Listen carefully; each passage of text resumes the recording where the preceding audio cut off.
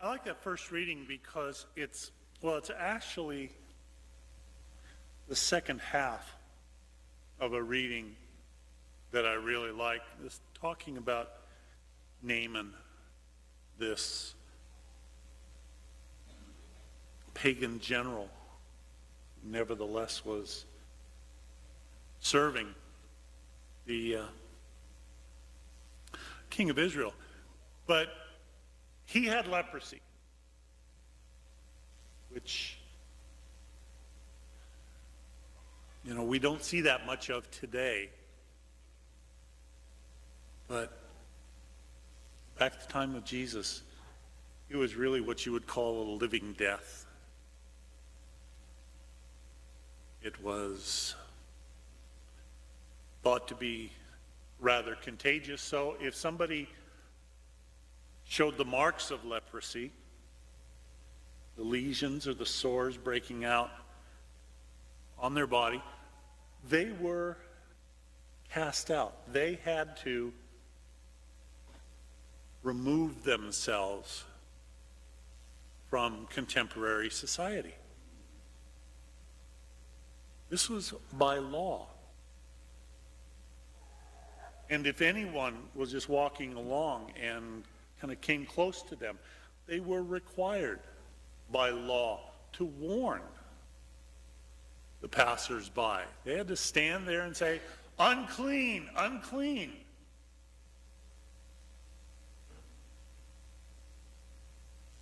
So even before it killed you, you were dying of loneliness, of rejection. So anyway, Naaman, in the story, Naaman goes to Elisha and asks if there is anything that this man of God can do, anything that his God can do to help him. And Elisha tells him, go down to the Jordan River and just dip yourself in 7 times. And Naaman is really ticked about that. He goes, wait a minute, that's ordinary, everyday stuff, to go down into the river and just dip yourself in, take a bath.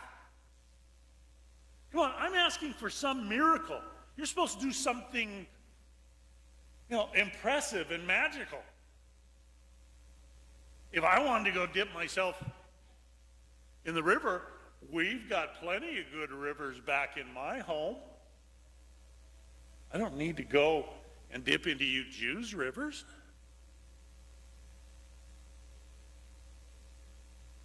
Elisha said to him,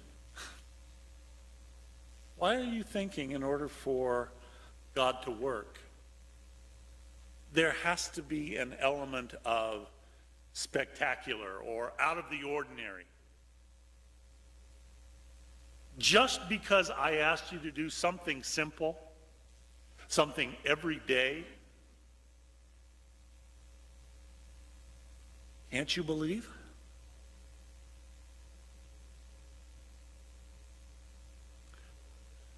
And so Naaman said, okay, and then we heard in today's first reading that yes, he went down, he dipped himself, he was cleansed. But I just have always liked that story because for some reason, we have a sense that if it's going to be religious or spiritual, it has to have an element of the woo in it.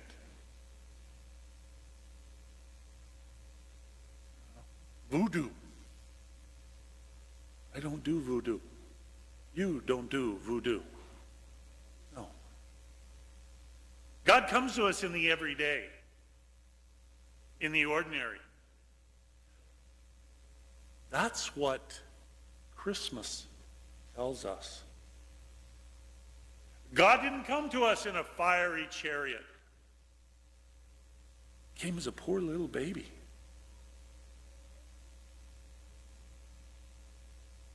That's where we will meet God.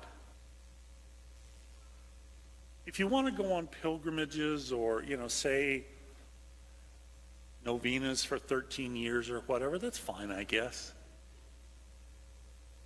But that's not what our faith is about. Our faith is about God coming into our lives, our every day, and our recognizing him there.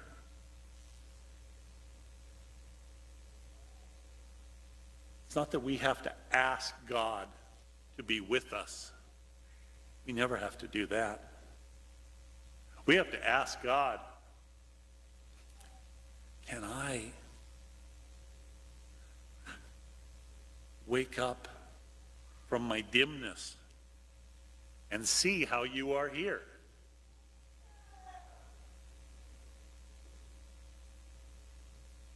Can I wake up from my self-centeredness? Always wanting and taking. And then I can see how much you bless me. And I can remember to be grateful.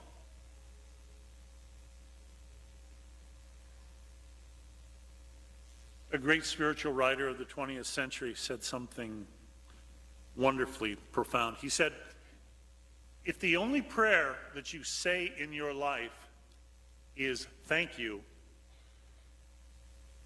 that will be enough.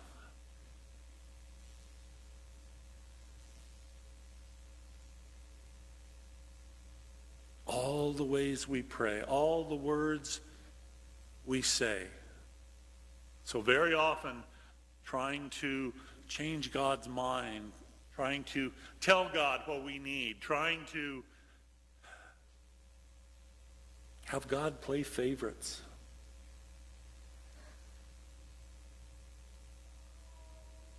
And yet how often are we the Samaritan leper who returns to give thanks? Not just for the big miracles in our lives, the little, every day.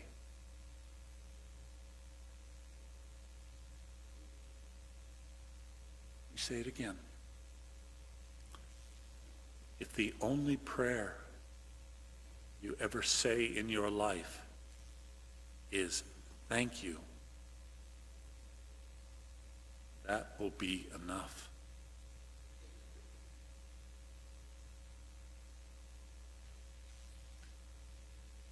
May we grow in being God's grateful people.